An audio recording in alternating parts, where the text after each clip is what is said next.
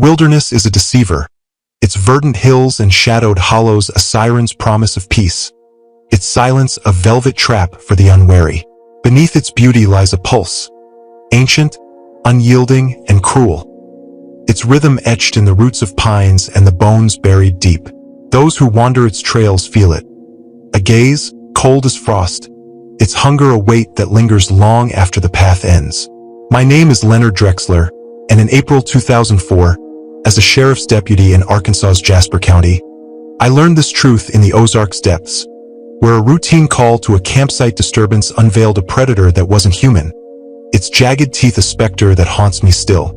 The forbidden excavation unearths these stories not for thrills, but as a warning. The wilds are alive, their eyes never close, and their secrets are written in blood. I was forged in the hills of western Pennsylvania, where the forest was my first teacher. As a boy, I tracked deer with my grandfather, his calloused hands guiding mine to read the earth's subtle language. A bent twig, a scuff in the dirt, the faint musk of frost before it fell. These lessons clung to me, shaping my path to law enforcement in Jasper County, Arkansas, where the Ozarks' rugged beauty demanded a vigilance most ignored. By 2004, I'd served as a deputy for 13 years. My days a rhythm of patrols through Panka's quiet hills. My nights a refuge of leftover lasagna and cop dramas my wife, Clara, cherished. I thought I'd seen the wild's every mood. Black bears raiding coolers, feral hogs spooking campers, drunks lost in the pines.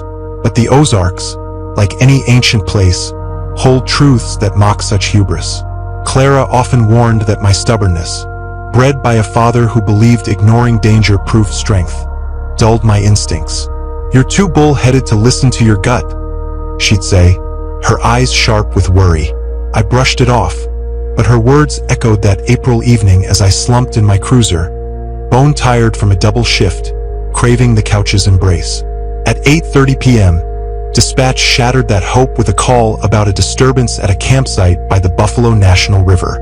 2 hikers had fled to the ranger station, babbling about something tearing through another group's camp, their voices raw with panic. I assumed wildlife, a bear, perhaps, or a hog gone rogue, grabbed my flashlight, sidearm, and a thermos of bitter coffee, and drove to the trailhead, the Ozarks hills looming like silent sentinels under a twilight sky bruised purple. At the ranger station, the hikers, a man in his 30s, pale as chalk, his hands trembling, and his girlfriend, rocking with her knees clutched to her chest, were ghosts of themselves. Their words stumbled, repeating unnatural and wrong. Their eyes hollow with a terror they couldn't articulate. They spoke of shadows moving too fast, of sounds that weren't animal, their voices breaking as if naming the thing might summon it. Ranger Carl Morneau, a grizzled veteran whose calm I trusted, looked uneasy, a rarity that pricked my nerves like a thorn. "They swear it wasn't a bear," he muttered, avoiding my gaze, and handed me a map marked with the campsite's location, his fingers lingering as if reluctant to let go. The hike up was steep, the trail winding through pines that clawed the sky, their needles carpeting the earth in a hush that swallowed sound. Twilight deepened, turning trees into ominous silhouettes, their branches twisting like skeletal fingers. The air was cool, scented with pine and damp earth, but a tension threaded the silence, as if the forest held its breath, watching. I moved cautiously, my flashlight's beam a frail sword against the dark, my sidearm a cold comfort at my hip. The Ozarks, I'd learned, were a place of contrasts, beautiful yet unforgiving, their serenity a mask for dangers both mundane and otherwise. The campsite was a slaughterhouse. Tent poles snapped like kindling, sleeping bags and coolers scattered as if a tempest had raged through. Blood smeared the ground in wide, glistening arcs, splashed against a boulder, and trailed into the woods, its metallic tang sharp enough to taste. This was no bear.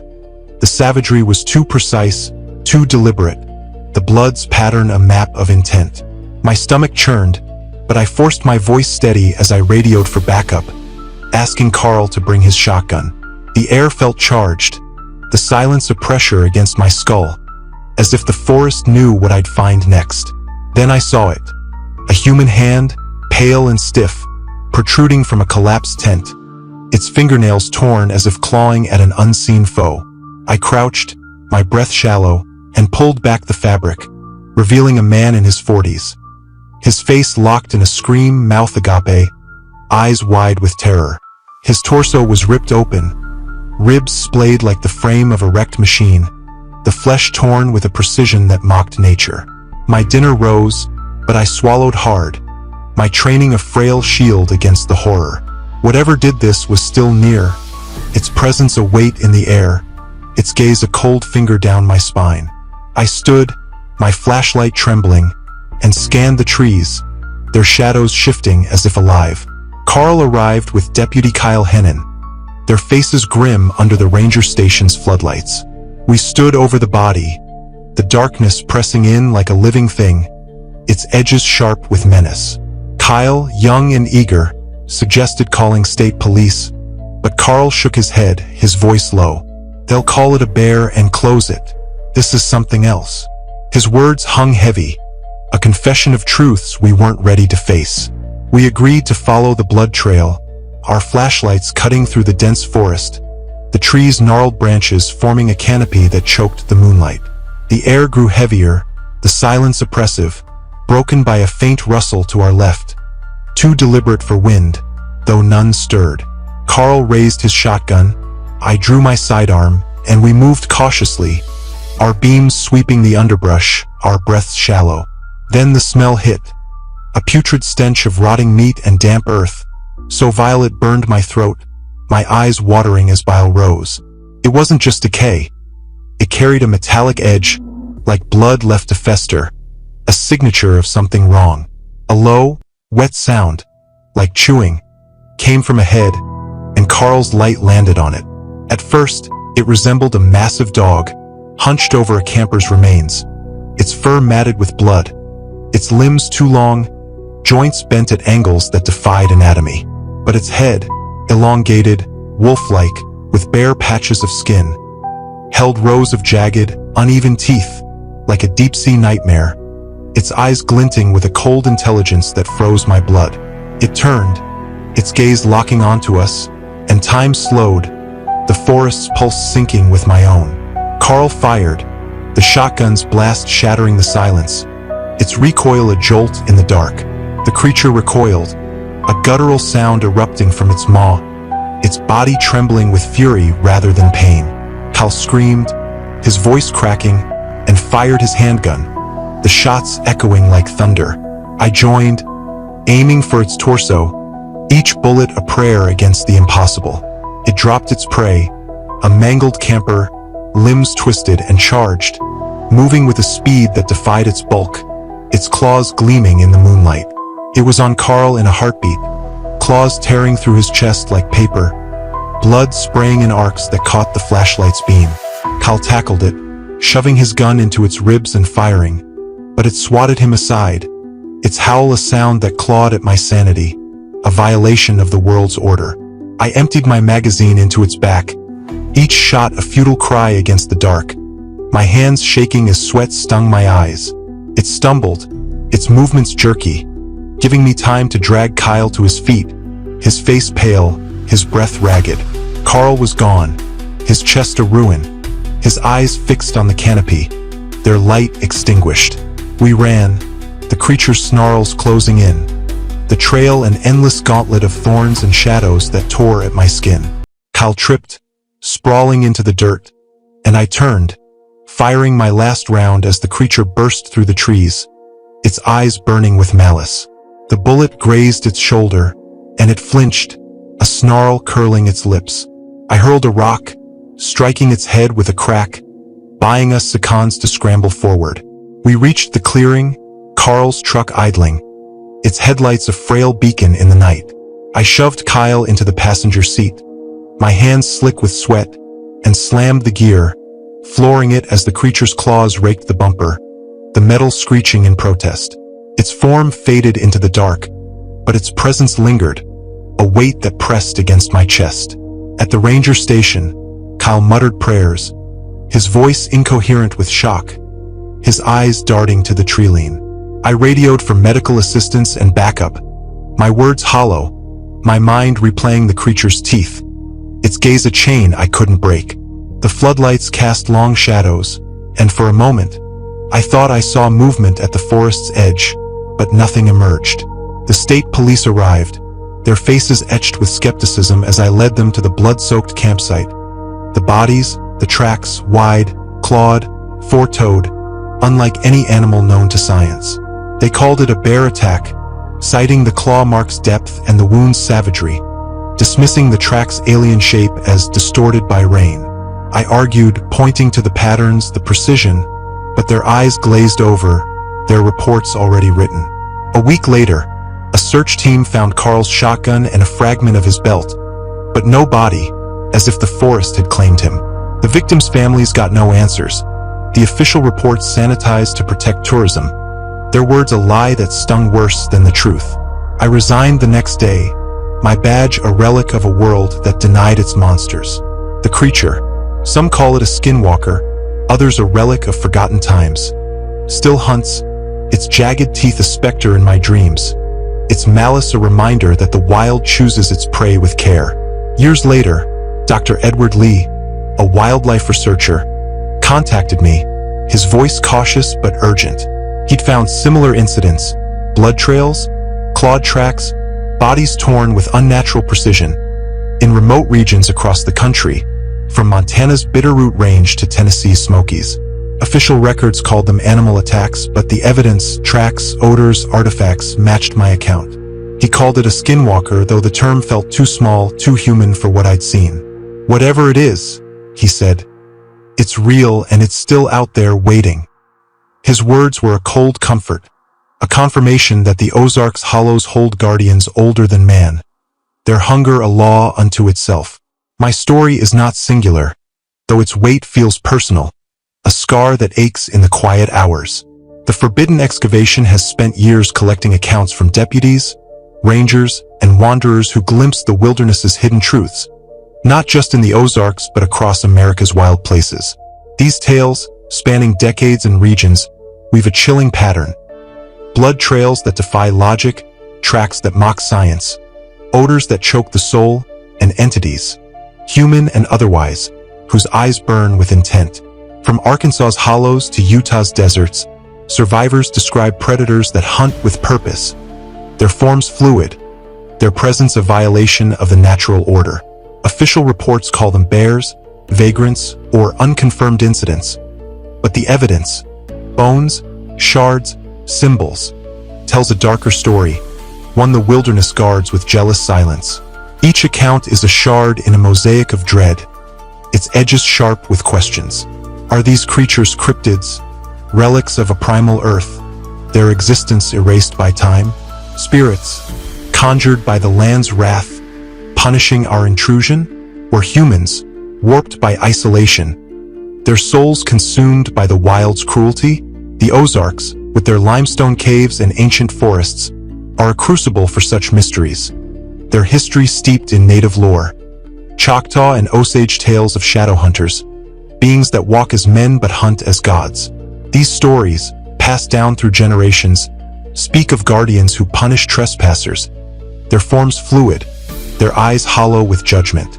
Yet the modern world dismisses them, its logic a frail shield against the wild's truths. The barn's black shards.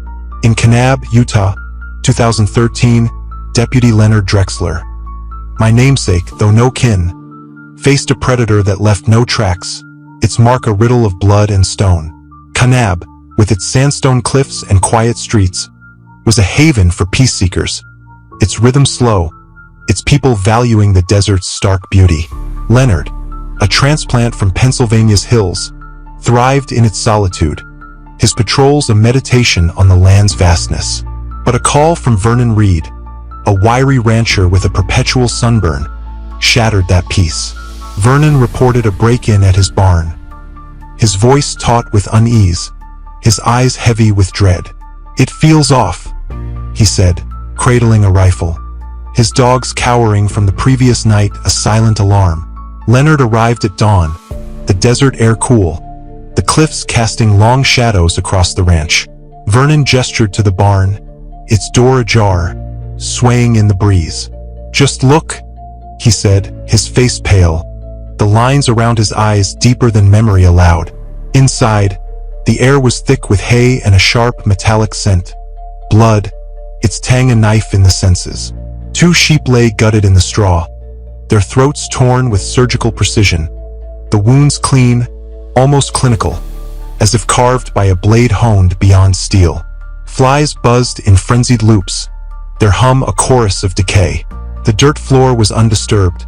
No paw prints, no claw marks, only drag marks leading to the bodies, their path a silent accusation. Coyotes didn't kill like this, leaving bodies untouched save for precise wounds. Their hunger messy, their tracks a map of chaos. Leonard's flashlight caught a glint in the straw, a shard of black stone, its edges too sharp, its weight unnatural, as if it carried the desert's secrets in its core. He pocketed it, its heft a riddle that pressed against his palm, and questioned Vernon. The rancher's dogs, usually fearless, had barked until midnight, then cowered by the porch, their silence louder than their cries. Leonard radioed animal control, though his gut screamed this was no animal. The shard a weight in his pocket, its edges biting through his glove. Back at the station, he scoured reports, finding 3 similar incidents within a 50-mile radius. Dead livestock, no tracks, black shards, all dismissed as probably coyotes. Their vagueness a bureaucratic shrug. Driven by unease, Leonard visited an abandoned farmstead 20 miles north, its fields overgrown, its barn doors hanging loose on rusted hinges. The scene was a mirror of Vernon's.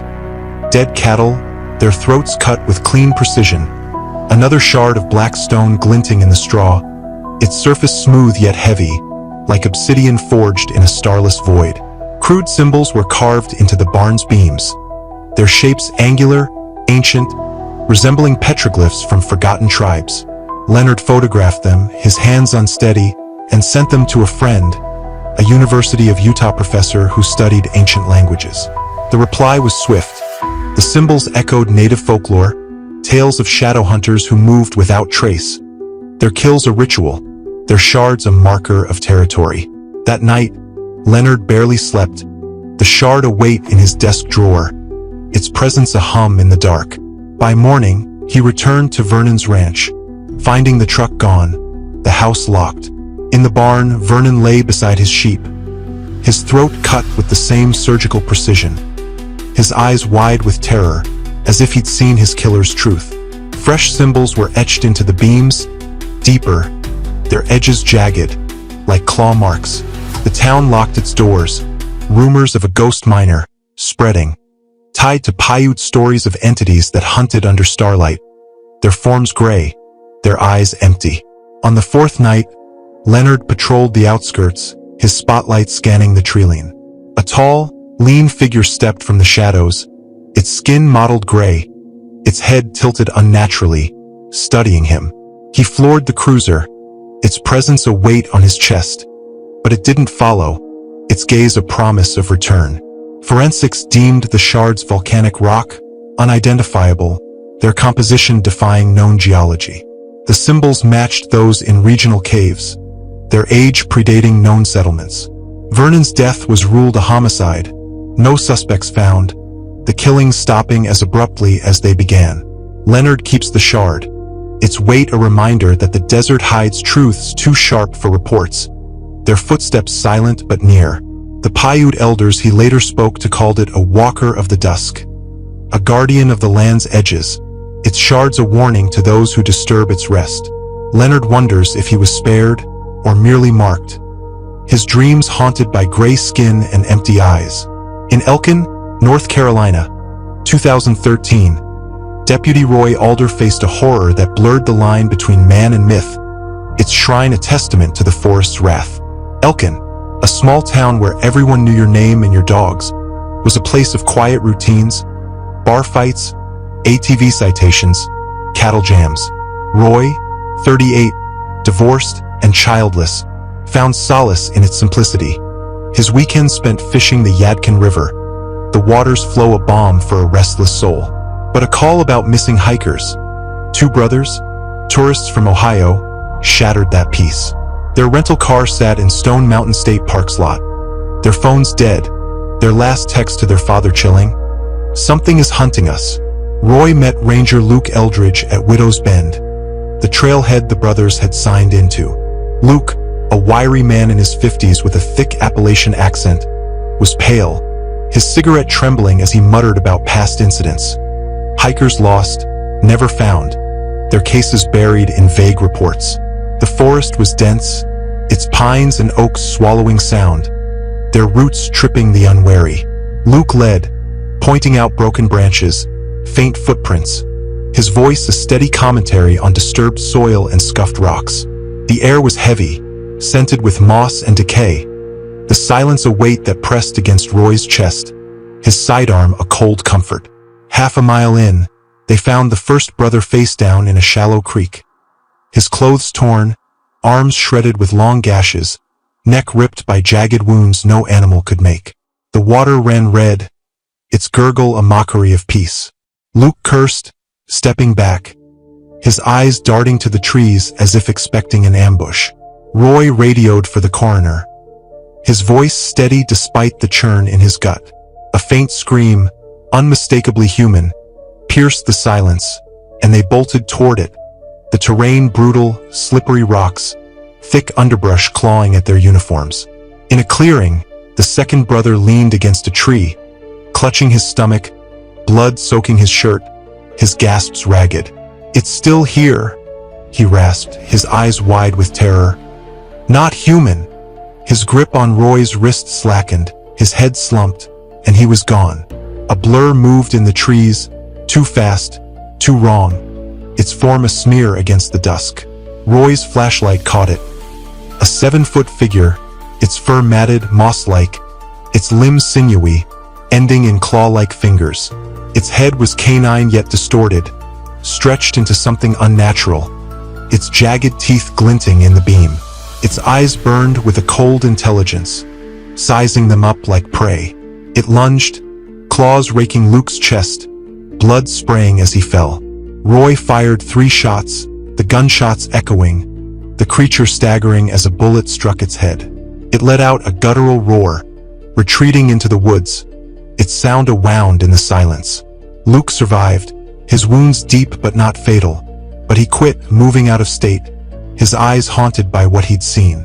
The park posted warnings, urging hikers to stay on trails, avoid dusk. Roy returned alone, driven by a need to understand, and found a structure in the woods. Branches and bones woven into a crude shrine, human teeth scattered within, their enamel cracked, their roots stained with blood. Fragments of clothing and flesh clung to the structure, its presence a violation of the forest's sanctity. He reported it anonymously, and the park closed for safety inspections. The official story citing an animal den. Roy knew better. The shrine was a marker, a claim by something ancient, its eyes watching from the pines. Local Cherokee elders, consulted later, spoke of a Tzolk'lu, a slant-eyed hunter from their myths, its form fluid, its hunger tied to the land's balance. They warned that disturbing sacred sites, old burial grounds, hidden springs, roused such guardians, their wrath a lesson in humility. Roy, now a fisherman more than a deputy, avoids the trails, his dreams plagued by mossy fur and yellow eyes, the shrine's teeth a reminder that the forest never forgets. In Elm Hollow, Arkansas, 2007, Deputy Luther Millstone met a human predator whose cruelty rivaled any beast, his grin a mirror of the wild's malice. Elm Hollow, tucked in the Ouachita National Forest, was a quiet town, its crimes petty bar fights, meth labs, drunk hunters. Luther, 9 years on the force, was a steady presence, his nights spent patrolling gravel roads, his coffee as bitter as the station's banter. A call about screams near Hollow Creek Road disrupted that rhythm, the anonymous caller's panic crackling through the radio. Luther drove to the trailhead, the forest's silence unnatural, its pines casting shadows that danced in his headlights. An old truck sat by the trail, its driver's door open, muddy boot prints leading into the woods. Luther called out, his voice swallowed by the dark, and followed the prints, his flashlight's beam a frail guide. The path was narrow, underbrush clawing at his legs, the air thick with damp earth and pine. A quarter-mile in, he found the campsite. 2 tents slashed, a fire pit smoldering, a cooler spilling beer cans. Blood smeared one tent, a dark streak trailing into the trees, its metallic tang sharp. Luther radioed for backup, but the other deputy was hours away, tied up with a DUI. Against logic, he followed the blood trail, his sidearm drawn, adrenaline drowning his fear. The trail zigzagged through pines and oaks, torn fabric snagged on branches, blood spattered on leaves. A man, mid-30s, lay face down in the dirt, his clothes shredded, back gashed with jagged wounds. No animal tracks nearby. A guttural laugh froze Luther, sharp and mocking, a shadow darting between trees. He called out, his voice steady, but the rustling grew closer, deliberate. A woman's body, mid-20s, leaned against a tree, her throat slashed, defensive wounds on her hands, her eyes fixed in terror. Footsteps behind him spun Luther around, his flashlight catching nothing but shadows, his breath shallow. The laugh returned, closer, followed by a gravelly voice. "You're not going to make it out, deputy." Panic clawed at Luther's mind, but he forced calm, demanding the figure show itself. Silence answered, the forest alive with amplified sounds. Creaking branches, rustling leaves. Back at the campsite, the tents, cooler, and fire pit were gone. The ground wiped clean, as if the scene had been erased. A man stepped from the trees, tall, wiry, in a tattered jacket, his jeans blood-stained. His face was gaunt, cheekbones sharp, hair greasy, a machete glinting in his hand. His smile was crooked, menacing, a predator's grin. Luther aimed, ordering him to drop the weapon. The man, Eli Traz, lunged, the machete swinging. Luther fired twice, the shots echoing, but Eli kept coming, the blade missing by inches. Luther tripped, falling hard, the wind knocked out of him. Eli raised the machete, but Luther swung a rock, striking his head with a thud. Scrambling up, Luther fired again, hitting Eli's chest. He collapsed, the machete slipping, his grin fading as blood pooled. Backup arrived, finding Luther beside Eli's body, his mind racing. Eli, a drifter with a history of assault and robbery, had lived in the forest, believing it his sanctuary, killing trespassers. His journals rambled about cleansing the woods, his victims buried in shallow graves, their wounds matching those Luther found. The case closed, but Eli's grin haunts Luther, a reminder that human monsters thrive in the wild shadows, their malice a mirror of its own. Osage elders later spoke of men touched by the dark, their souls warped by the forest's isolation, their kills a twisted offering to its hunger. Luther, now a mechanic, avoids the woods, the laugh a ghost in his dreams. In Killington, Vermont, 1994, Deputy Harold Jensen faced a horror that bore the name Wendigo, its cave a tomb of truths too vast for daylight. Killington, a town of under 1,000, was a place of quiet winters and hiking trails, its dangers mundane. Mange-ridden foxes, lost teens. Harold, known as Jensen, wore his badge like a second skin, his days spent patrolling gravel roads, his cruiser a shield against the world's chaos. A call about a missing hiker, Evelyn McGrath, 68, stubborn and arthritic, disrupted that rhythm. Her German shepherd, Rex, returned bloodied and frantic, refusing to re-enter the woods. Jensen met Sheriff Coleman at Evelyn's house, her niece Abigail pacing, mascara streaked, muttering about pieces. Coleman, no nonsense, focused on the search, leading Jensen to the woods where Rex emerged. The forest was too quiet, its silence a pressure against Jensen's skull, the air scented with pine and decay. An hour in, they found Evelyn's hiking stick, snapped clean, its wood splintered as if wrenched apart. Coleman muttered about bears, but Jensen's gut disagreed. Bears crushed, not snapped. Deeper in, Coleman stepped on a hand, its fingers curled, nails caked with dirt, no arm attached. The sound under his boot turned his face pale, his radio call for backup a plea in the silence. 30 yards on, they found Evelyn, or what remained. Her torso was intact, arms and legs ripped off, skin pale and torn, as if dragged. Her throat was slashed, not by a blade, but by jagged teeth, their marks uneven, brutal. Her face was frozen in terror, eyes wide, mouth agape. Jensen stepped back, his boots crunching a femur, stripped clean, its bone gleaming. Tracks surrounded the body, wide, clawed, four-toed, too large for coyotes, their depth a riddle. A smell hit, faint at first, then overwhelming. Rotting meat, sun-baked, its rancid edge metallic, like blood left to fester. Coleman pulled his collar over his nose, his eyes darting to the treeline. The tracks led to an unmapped cave, its entrance hidden by brush, claw marks scarring its edges. Jensen entered, against Coleman's orders, his flashlight trembling, the air thick with death stench. The walls were scratched, deep gouges forming patterns that pulsed with intent. Bones littered the floor, human, animal, stripped clean, their arrangement deliberate, a shrine to hunger. A sound, a wheeze and snarl, came from deeper, and Jensen's beam landed on it. A gaunt creature, its skin stretched over bones, patches of fur clinging unevenly, its arms dragging, claws like steel. Its head was elongated, wolf-like yet wrong, its teeth too large, its eyes burning with malice. It gnawed a carcass, its movements deliberate, savoring. When it turned, Jensen's muscles locked, its gaze a chain that bound him. He fired, the gunshot echoing, but it darted into shadows, its speed unnatural, claws scraping stone. It was playing its snarl a taunt. Jensen backed out, the cave stench choking him, and found Coleman, weapon drawn, his face pale. The snarl returned, behind them, and they ran, the creature crashing through brush, its movements heavy, relentless. Jensen tripped, hitting the ground, the creature towering, its breath foul, hot. He kicked, hurling a rock at its shoulder, its scream roar buying time to scramble up. They reached the clearing, Abigail screaming, Rex barking wildly. The creature burst through, and Coleman fired, hitting its chest. It lunged, claws raking him, blood pouring.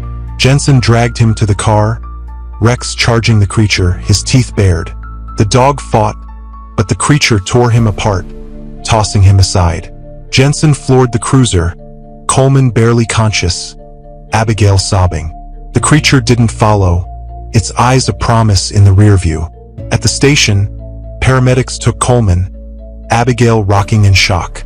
A team found the cave, bones but no creature, the media calling it a bear. Coleman retired, Jensen stayed. The Wendigo stench a ghost on windy nights, its cave a warning unheeded.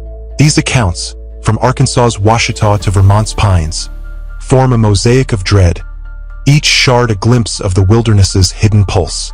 Blood trails lead to bodies torn with unnatural precision, their wounds defying animal logic, clean cuts, jagged tears, ribs splayed like offerings. Tracks, clawed, splayed, or human yet wrong, scar the earth, their shapes a challenge to zoology, their depth a riddle of weight and intent. Rancid odors, rotting yet metallic, herald the predator's approach, a stench that lingers like a curse, its edge a signature of the unknown. Artifacts, shards, bones, teeth, symbols, appear as omens, their placement deliberate, their meaning a cipher of hunger or ritual.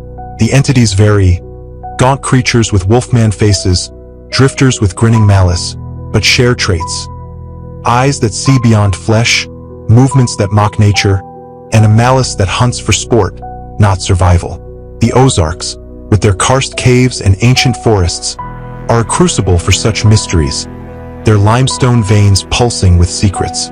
Native lore, Choctaw, Osage, Cherokee, speaks of shadow hunters, Sulkaloo, Wendigos, their forms fluid, their hunger tied to the land's balance.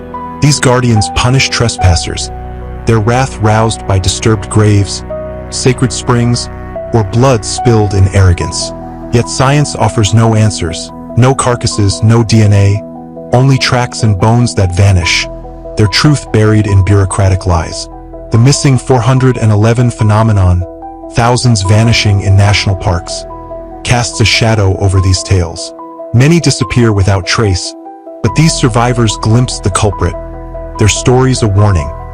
The wilderness is a predator, its boundaries marked in blood and bone. Official reports lie, calling them bears or vagrants, their vagueness a shield for tourism, their authors complicit in the wild's deception.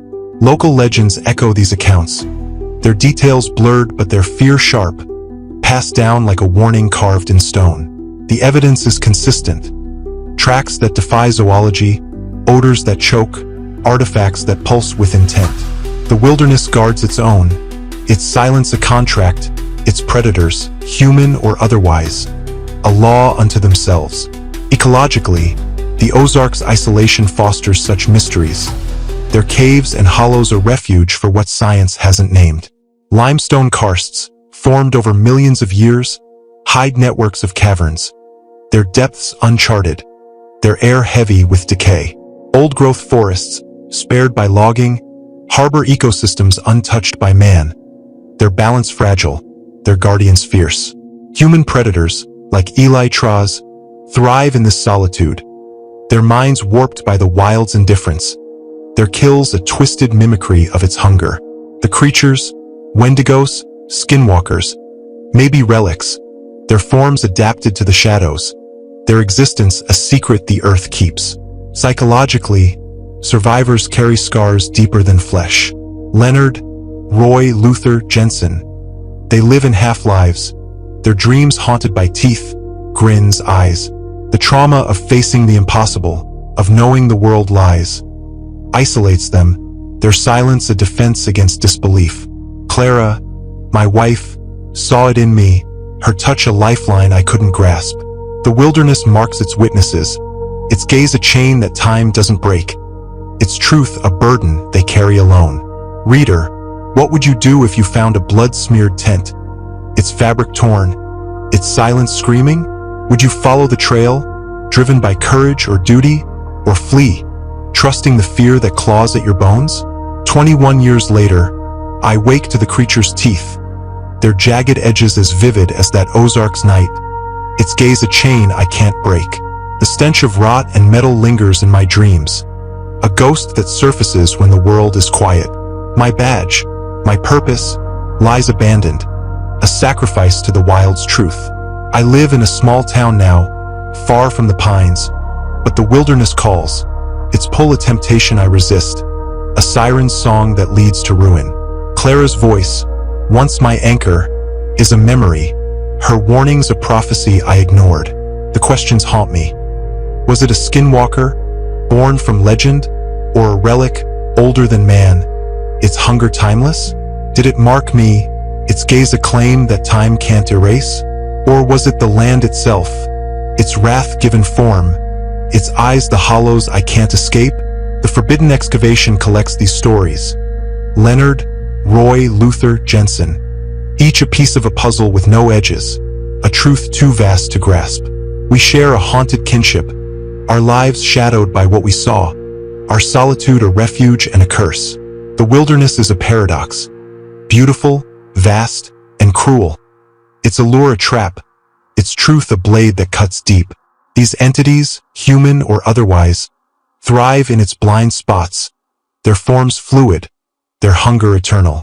They don't need names to exist, only the dark, the quiet, and the unwary who wander too far. If you venture into the wild, check your surroundings, your instincts, as if your life depends on it, because it might. If you see a shard, a bone, or a symbol where it shouldn't be, don't linger. Walk away and don't look back. If you hear a laugh or smell decay, don't seek the source. Run and keep running until the wild is a memory, its gaze a shadow you can bear. The wilderness belongs to them, the hollow-eyed watchers, the grinning drifters, and they are always waiting, their eyes the last light you'll see. What do these stories stir in you? Would you brave the trails, seeking the solitude they promise, knowing what might watch from the shadows, or stay where the lights burn bright, where the hollows can't reach? Share your thoughts and join the forbidden excavation in uncovering the truths the wilderness hides. If you dare.